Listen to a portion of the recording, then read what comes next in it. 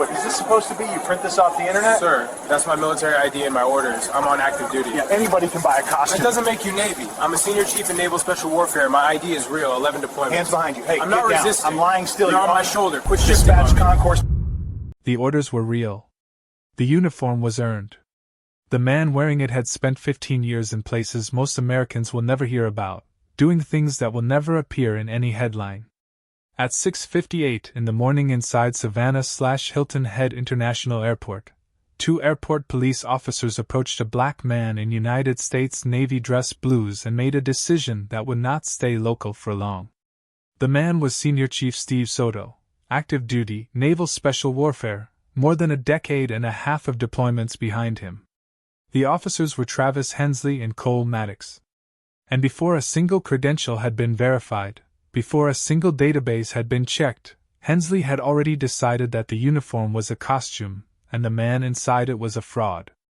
12 minutes after Senior Chief Soto was slammed face first onto a public terminal floor, in full view of morning travelers, on active bodycam, phones inside the Pentagon began to ring. What those 2 officers set in motion that morning would dismantle their careers, reach the federal government, and force a reckoning that neither the Savannah Airport Police Department nor the officers themselves could stop. Before we go any further, if you believe that a man who bleeds for this country deserves basic dignity on his own soil, hit that subscribe button right now. Drop a comment telling us where in the world you're watching from. Like this video to stand on the right side of this story, because silence is how injustice survives, and sharing it is how it ends. Now, let's go back to that terminal floor. Savannah/Hilton Head International Airport at dawn carries the particular energy of a place that never fully sleeps. Departures boards flicker. Announcements cut through the low murmur of rolling luggage. The scent of airport coffee drifts from a terminal cafe, mixing faintly with jet fuel and recycled air, the ambient scent of movement, of people going somewhere. By 7 in the morning, the concourses are already filling. Families loading overhead bins in their minds before they even reach the gate, business travelers staring into phones, a few bleary-eyed early risers moving on instinct alone. Senior Chief Steve Soto moved through it the way he moved through everything, deliberately, without hurry, without waste. His navy dress blues were pressed with the kind of precision that doesn't come from vanity but from years of conditioning.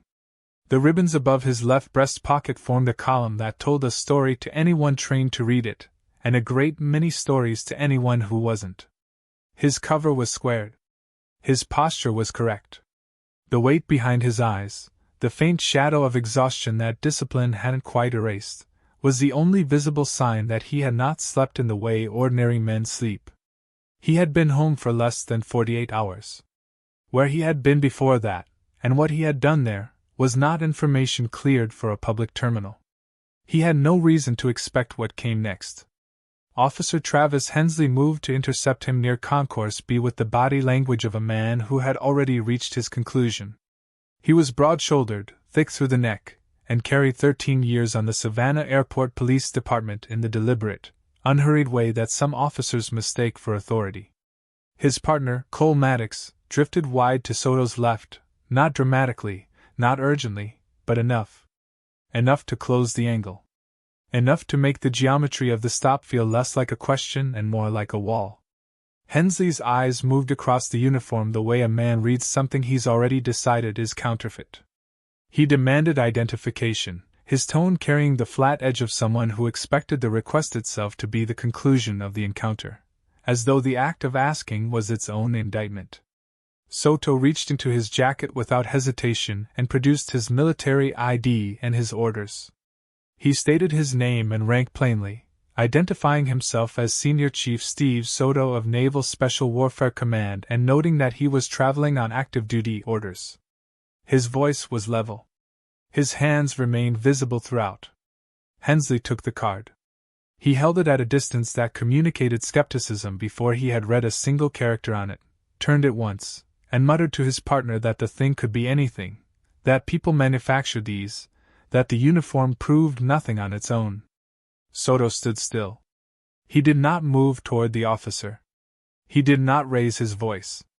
He said only that the identification was genuine and that his orders were attached, and he waited. Maddox said nothing. He repositioned slightly, completing the enclosure. The passengers moving through Concourse B began to slow. Not all at once, not dramatically, but the current of foot traffic shifted the way it does when human instinct registers something wrong before the conscious mind has named it. A woman with a rolling carry-on paused near a gate column. A man in a trucker cap, older, a small American flag pin on the brim, stopped entirely, his jaw setting as he watched. A teenager raised a phone. Hensley moved first. The shove came without warning, not a push in the colloquial sense but a full, committed use of force against a man who had not raised his hands, had not stepped toward the officer, had not done anything other than stand in a public terminal in a uniform he had earned. Soto went forward. The floor of Concourse B is polished composite tile, unforgiving at any speed, and he met it face first with the full weight of the impact. Hensley's knee found the center of his back before Soto had processed what had happened. The cuffs came out. The crowd reacted in the fragmented, disbelieving way crowds react to sudden violence. A sharp intake of breath from one direction, a child's confused question from another, a woman's voice saying something that was not quite a word. The man with the American flag pin said loudly, and without diplomatic framing, that what he was watching was wrong, that the man on the ground was clearly a service member, and that no one had given any officer cause to put him there. 3 phones were recording. Then 4. On the floor, Soto did not struggle. He kept his body still, his movements deliberate and minimal, and he stated, calmly, audibly, into the air above him, that he was not resisting, that he was lying still, and that the knee currently on his back was the only reason he could not comply more fully with whatever instruction was being given. He asked, without urgency, that the officers note his compliance for the record. The bodycam recorded all of it. Hensley's remarks continued beside him, low-voiced and unguarded. He said something about the uniform, about the category of person he believed Soto to occupy, about how men of that type were known to fabricate military credentials. His tone carried the certainty of someone who has never had his assumptions examined and corrected. The bodycam recorded those words too, with the same indifferent fidelity it applied to everything else. Sergeant Rene Carver arrived at Concourse B the way supervisors arrive when something has already gone wrong, quickly, with the focused attention of someone who has parsed the situation from 30 yards out, and doesn't like what she's reading. She was a 12-year veteran of the department, methodical, not given to theater. She pushed through the edge of the crowd and took in the scene, a man in navy dress blues face down on the terminal floor, cuffed, a knee on his back, a growing ring of recording phones, and 2 of her officers whose body language already told her more than she wanted to know. She took the military ID from Hensley without ceremony and pulled up the verification system on her radio terminal. She cross-referenced the orders.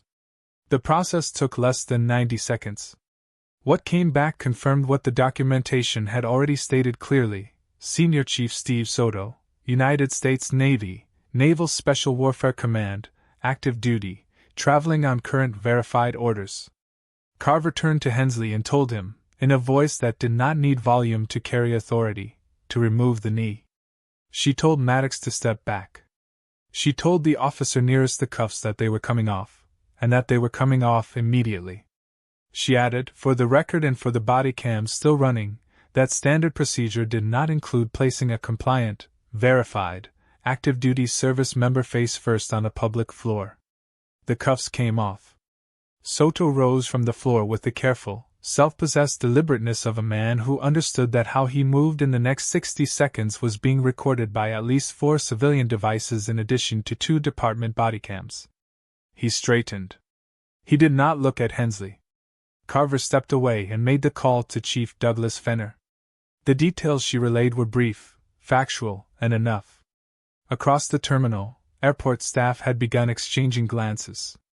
In the crowd, the man with the American flag pin was still standing where he'd stopped, watching with an expression that had moved past outrage into something quieter and heavier. In higher offices, in the Savannah Airport Police Department, and in buildings far north of Georgia, phones were beginning to ring. The people answering them did not yet know the name Steve Soto. By the end of the morning, They would not be able to forget it. Chief Douglas Fenner reached Concourse B 18 minutes after Carver's call. He came without urgency in his stride but with the particular stillness of a man who has already decided that what he is walking into is serious, and that managing it carefully is the only acceptable response. He took one look at the crowd, still thick, still recording, and made 3 decisions in rapid sequence. Hensley and Maddox were to be separated from each other and from the scene immediately. Senior Chief Soto was to be assessed by the airport's medical staff and offered every courtesy the department could extend, and every bodycam, every radio log, every dispatch record from the past hour was to be flagged, preserved, and locked against any possibility of alteration. He didn't announce these decisions. He enacted them, quietly and without theater, in the way that experienced administrators move when they understand that the window for controlling a situation is narrow and closing. Soto accepted the medical assessment with the same composure he had maintained on the floor. His left cheekbone had taken the impact of the tile. His wrists bore the red pressure lines of the cuffs. He answered the medic's questions with precision and economy, confirming what hurt, ruling out what didn't, and declining nothing that was offered. When the medic asked whether there was anything else he needed, Soto said that he would like to contact his command. That request was granted without hesitation. The calls Soto made traveled up a chain that civilians rarely see operating at speed. His command notified the Naval Special Warfare Command duty officer. The duty officer notified higher. Within 40 minutes of that call, the Naval Criminal Investigative Service had been briefed. Within the hour, a desk officer at the Pentagon's Office of General Counsel had received a summary flagged for priority review. The Department of Defense does not move slowly when one of its active duty special operations personnel has been physically assaulted in a public facility, and the word, assault, was already appearing in the internal language being used to describe what the bodycam footage showed. Back in Savannah, Travis Hensley sat in a department office down the hall from Cole Maddox, and neither man fully grasped yet what was unfolding above them. Hensley's personnel file was a document that told a story his supervisors had chosen, for years, not to read too carefully. 13 years on the force. 11 formal complaints, 9 of them from black travelers or airport employees. 3 use-of-force reviews, each resolved with retraining notations that had no apparent effect on his behavior. His reputation among certain colleagues as old school was understood by most who used that phrase to mean something specific, that Hensley operated on instinct, that his instincts were shaped by bias, and that the institutional tolerance for both had lasted longer than it should have. Maddox was different in manner but not in consequence.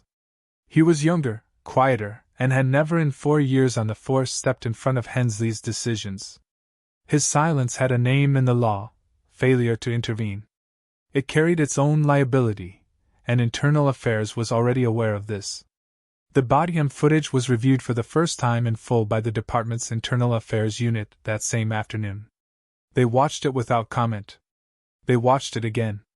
The footage was unambiguous, not in the way that some footage is technically subject to interpretation, but in the way that leaves a room of experienced law enforcement officers sitting in silence after the screen goes dark. Hensley's words were audible. His force was visible and disproportionate to any objective reading of the encounter. Soto's compliance was total and unbroken from the first moment of contact to the moment Carver ordered the cuffs removed. Soto gave his statement to Internal Affairs in a room with no windows, seated across a table from 2 investigators who took notes, with the careful, unhurried rhythm of people who already have most of what they need and are filling in the margins. He walked them through the encounter from the moment of interception, Hensley's approach, the demand for identification, the manner in which the card had been handled, the escalation that followed compliance, the floor, the knee, the words spoken above him. He answered their follow-up questions with the same directness, and when there was nothing further to add, he said so, and said nothing more. In the hallway outside, a junior airport administrator was on the phone with someone, speaking in the low voice of a person trying not to be overheard. The words that carried through the door were few, but 2 of them repeated, and those 2 were federal and everything. Here's what needs to be said plainly. What Travis Hensley did that morning, and what Cole Maddox allowed to happen, is exactly the kind of thing that continues when good people stay quiet. If you've ever witnessed profiling, ever seen someone's dignity stripped away because of what they look like rather than what they've done, drop a yes in the comments. Share this story. Because the only thing that changes systems is pressure, and pressure starts with people refusing to look away. Hensley and Maddox were placed on administrative leave before the end of the business day. Their sidearms were collected. Their access credentials were suspended. The department's statement, drafted in careful, passive language, acknowledged an incident under review. It said almost nothing. The bodycam footage said everything. By evening, the clip had reached a producer at a regional television affiliate through a source inside the airport who had watched the whole thing from 30 feet away. By 10 o'clock that night, the footage was on air. By midnight, it was national. Social media platforms carried it in the particular unstoppable way that footage of this kind travels, not shared so much as detonated, spreading faster than any public affairs officer can draft a response. Soto, in a hotel room near the airport that his command had arranged, sat with the footage playing on a screen he hadn't sought out. He watched it the way a man watches something that happened to his body but feels at a remove from his mind, with the detached clarity of someone trained to analyze situations rather than react to them. He thought, in the quiet of that room, about where he had been 48 hours before. About the darkness of the place. About the sounds. About the faces of the people he and his team had reached in time, and the one civilian contractor among them whose presence there no one had anticipated, and whose life had been preserved because Soto's team had moved precisely when they needed to move. He did not yet know that the contractor had seen the news. He did not yet know what that would mean. Outside the hotel window, Savannah moved through its night. Inside the building, a story was gaining mass, and in the morning, it would be heavier still. The NCIS agents arrived in Savannah on the second morning. They came in the unremarkable way that federal investigators arrive: no announcement, no marked vehicles, no visible urgency, and they went to work with the systematic thoroughness of people who understand that the value of evidence is in its completeness, not its drama. They pulled every radio transmission logged between 6:45 and 7:30 that morning. They requested the airport's internal camera archive, every angle covering Concourse B, the surrounding corridors, and the exit routes. They interviewed Sergeant Carver first, then the 4 civilian witnesses whose phone numbers Carver had collected before the crowd dispersed. They interviewed airport staff. They interviewed the medic who had treated Soto. Each person they spoke to was asked to describe, in sequence and in their own words, what they had observed. The answers were consistent. The record they built was airtight. The DOJ's Civil Rights Division had opened a parallel track before the NCIS team had boarded their flight to Georgia. In Washington, the Pentagon's Office of General Counsel had escalated its initial assessment from monitoring to active case, a distinction that carried significant institutional weight. What was being examined was no longer merely a local use of force complaint. What was being examined was whether 2 airport police officers had committed a federal civil rights violation against active-duty military personnel, and the evidence being assembled suggested the answer was not in dispute. The bodycam footage was played in a federal review session attended by representatives from NCIS, DOJ, and the Pentagon's legal office. The room was quiet during the playback. At the conclusion, one of the senior DOJ attorneys requested a second viewing. After that viewing, she made a note on her legal pad and circled it twice. Hensley's full personnel record had been subpoenaed and reviewed at the federal level by the end of the second day. The pattern it documented: 11 complaints, 9 involving black individuals, 3 use of force incidents, remedial notations that produced no measurable behavior change, was not treated as context. It was treated as evidence. Prior complaints that had been administratively resolved without consequence were reopened. Supervisors who had signed off on those resolutions were asked to provide formal written explanations of their reasoning. None of those explanations, once submitted, withstood scrutiny. Maddox's record was thinner, but the legal exposure was identical. Federal civil rights law does not reserve liability only for the officer who applies the force. It extends to the officer who watches it happen and says nothing, does nothing, intervenes in no way. 4 years of following Hensley's lead had compounded into a single morning that Maddox could not walk back. The State Law Enforcement Certification Board convened an emergency session. The evidence before them was the same footage the federal investigators had already reviewed, supplemented by the personnel records and the witness statements. The session lasted less than 3 hours. Both Hensley and Maddox had their law enforcement certifications revoked. The board's public statement was brief and unambiguous. The conduct documented was incompatible with the continued exercise of police authority in the state of Georgia. Without certification, either man could serve in any law enforcement capacity in the state, and the revocation was flagged in the National Registry, extending the bar beyond Georgia's borders. In the days that followed, Hensley's name circulated in the particular way that names do when they become attached to documented institutional failure. It appeared in federal filings. It appeared in news coverage that had, by now, reached international outlets. It appeared in the training materials being drafted by the DOJ as an example of exactly the failure pattern they were mandating the Savannah Airport Police Department to address. Neither Hensley nor Maddox gave interviews. Neither had anything left to protect by staying silent, but silence was the only remaining choice that cost them nothing additional. Then came the piece of the story that no one had anticipated.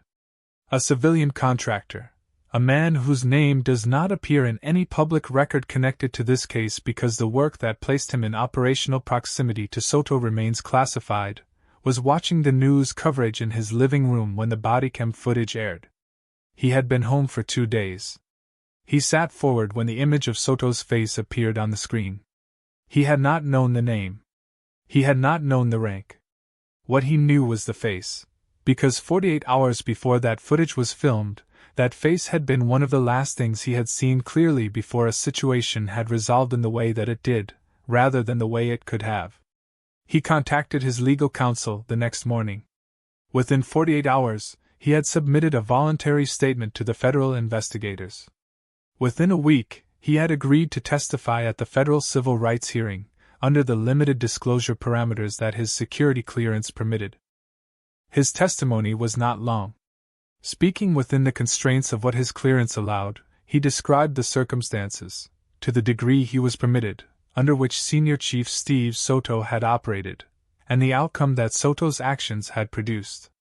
He said that people were alive because of decisions made in darkness under pressure, and that the man whose face was now on every television screen in the country was the reason for that. He did not editorialize.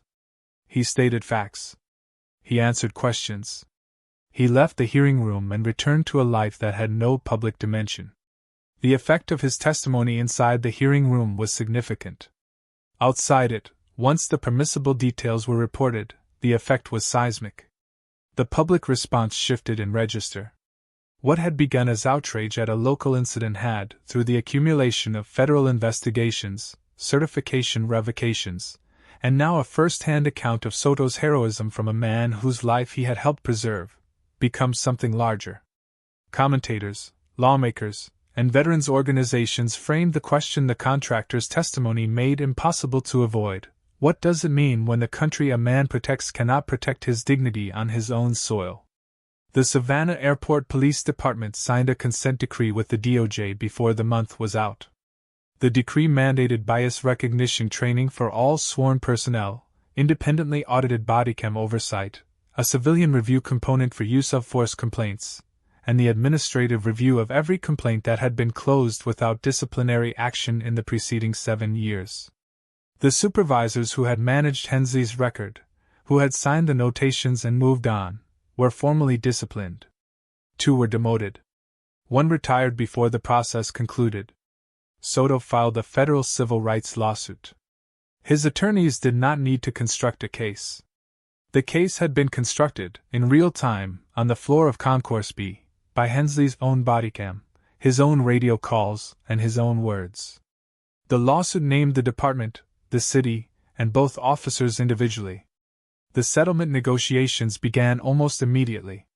The settlement was reached without going to trial.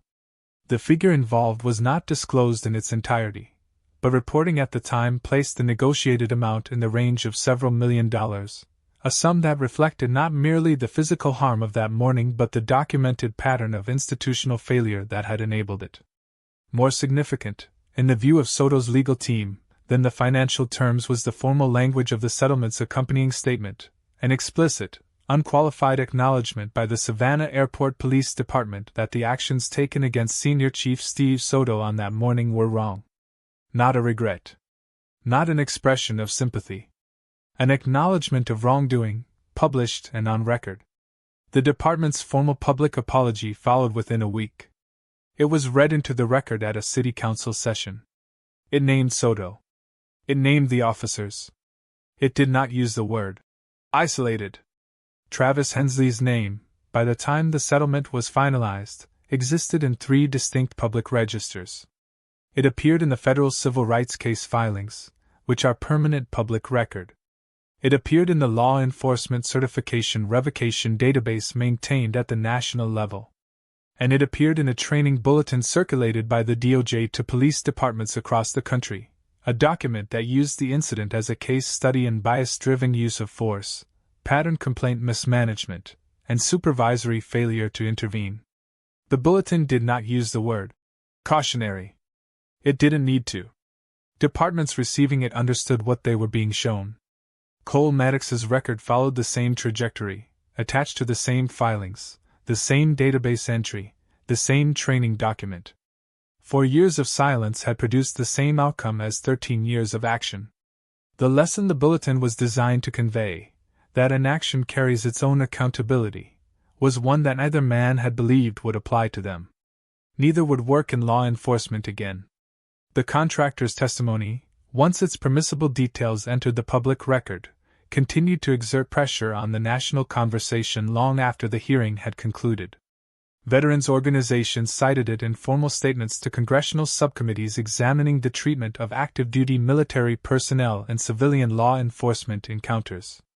Advocacy groups used it in their own policy arguments.